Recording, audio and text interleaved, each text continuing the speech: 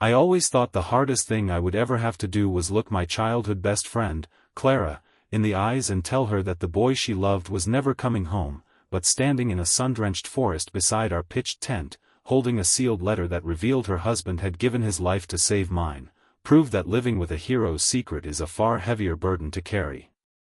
If this story moves you and reminds you of the strength found in love and healing, please take a moment to like, comment, share, and subscribe to our channel if you believe in kindness, forgiveness, hope, and second chances. Your support allows our community to grow and keep sharing deeply meaningful human stories. The bright afternoon sun filtered through the canopy of the pine trees, casting golden speckles of light across the forest floor where Clara and I had set up our small campsite.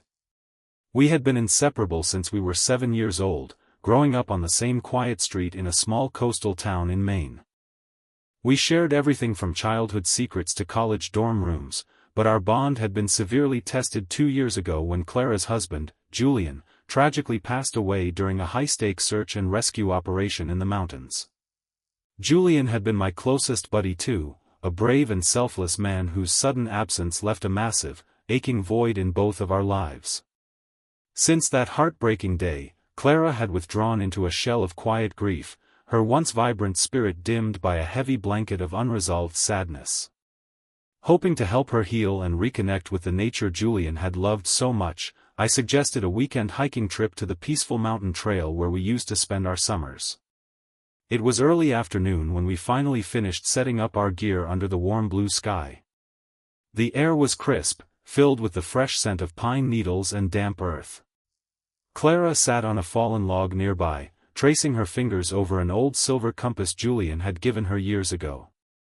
Looking at her, I felt a familiar pang of guilt deep inside my chest.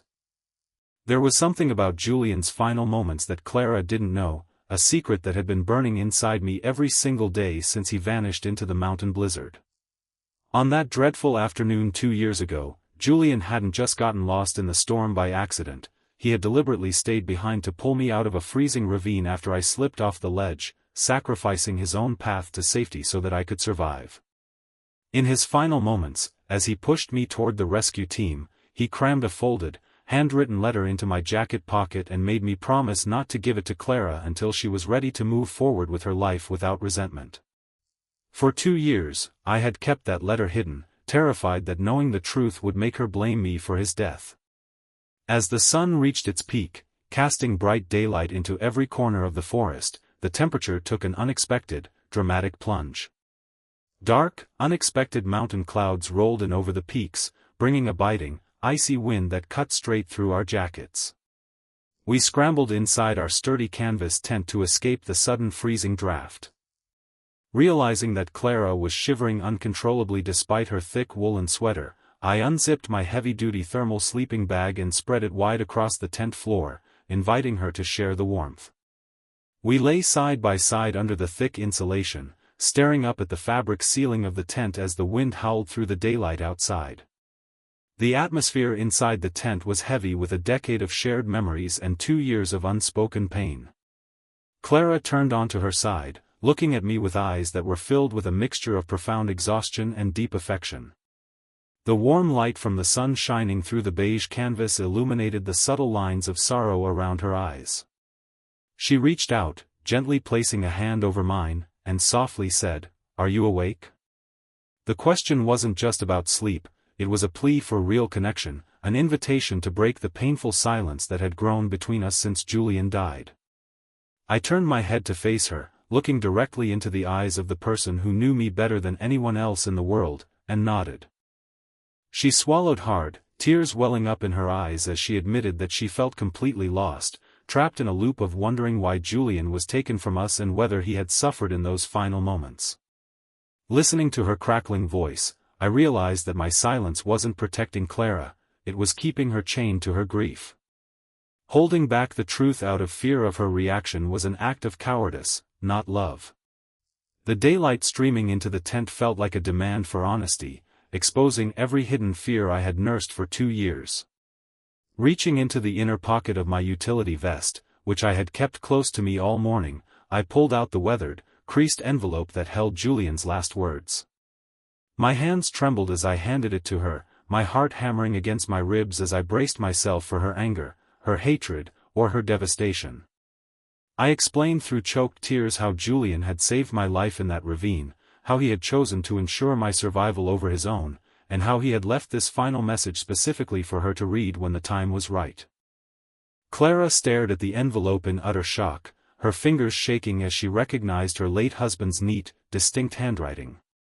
She slowly unfolded the yellowed paper, reading the words Julian had frantically scribbled down while waiting for his own rescue. In the letter, Julian wrote of his immense, boundless love for Clara, explaining that his choice to save my life was made out of love, not sacrifice, because he knew that I would always be there to protect and care for her as a true friend whenever he no longer could. He begged her not to hold anger toward me, toward the mountains, or toward fate, but instead to open her heart to life again, to laugh, to travel, and to cherish the beauty of the world. Tears streamed down Clara's cheeks as she read every line aloud, her voice breaking on the words of love left behind by the man she missed so desperately. When she finished reading, a heavy silence fell over the tent. I held my breath, waiting for the painful moment when she would look at me with resentment for being the reason Julian didn't come home. But instead of pushing me away, Clara let out a long, shuddering breath that seemed to release 2 years of pent-up anguish. She leaned forward and wrapped her arms tightly around my shoulders, burying her face into my chest as she sobbed softly. She didn't blame me. In that moment of complete vulnerability, she forgave me for keeping the secret, recognizing that both Julian and I had been trying to protect her heart in our own flawed ways. The heavy wall of guilt that had weighed on my chest for 24 months instantly shattered, replaced by a profound, overwhelming sense of relief and shared sorrow. We spent the rest of the afternoon sitting together in the warmth of the sleeping bag, talking openly about Julian for the first time without the painful elephant in the room. We shared cherished memories of his infectious laugh, his terrible cooking on previous camping trips, and the endless optimism he brought into every room he entered. The daylight outside slowly shifted, casting a rich, golden light through the tent windows, reflecting the warmth that had finally returned to our friendship. Clara looked at the silver compass in her palm, no longer seeing it as a symbol of loss, but as a reminder of direction and hope. She smiled through her tears, a genuine, beautiful smile that I hadn't seen in 2 full years, and thanked me for giving her the closure she so desperately needed. As we finally stepped out of the tent into the bright, clear afternoon air, the cold wind had died down, leaving behind a tranquil, sunlit forest.